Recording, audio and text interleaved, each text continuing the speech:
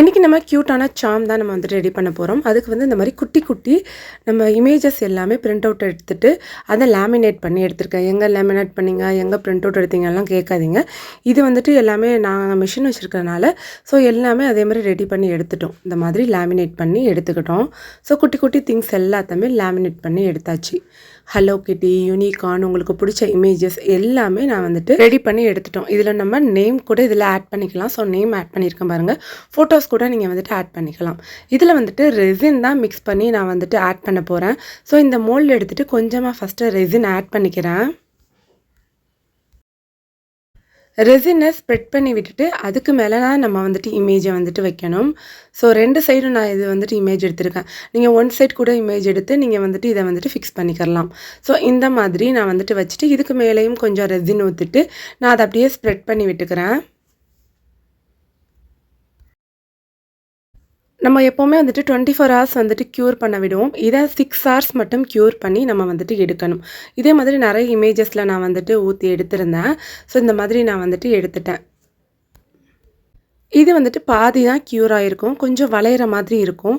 So அந்த டைமில் இதை நம்ம வந்துட்டு லெவல் பண்ணிக்கலாம். ஸோ இந்த மாதிரி நான் மோல்டில் வந்துட்டு நிறைய இமேஜஸ் வந்துட்டு ஊற்றி வச்சுருந்தேன். சில இமேஜஸில் வந்து டாப் கோட்டிங் மட்டும் கொடுத்து வச்சுருந்தேன். ஸோ இந்த மாதிரி எடுத்துகிட்டு நான் என்ன பண்ணேன்னா, ஸோ நீங்கள் 6 ஹவர்ஸில் எடுத்துனீங்கன்னா கட் பண்ணுறதுக்கு ரொம்ப ஈஸியாக இருக்கும்.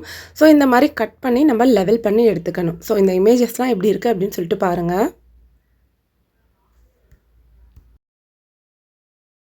6 ஹவர்ஸில் எடுத்தோன்னா இந்த மாதிரி கட் பண்ணுறதுக்கு ஈஸியாக இருக்கும். நம்ம லெவலாக கட் பண்ணிக்கலாம். ஸோ இந்த மாதிரி கட் பண்ணி நான் வந்துட்டு வச்சுட்டேன். இதுக்கப்புறம் நம்ம என்ன வந்துட்டு மறுபடியும் வந்துட்டு நம்ம இதை வந்துட்டு க்யூர் பண்ண விடணும்.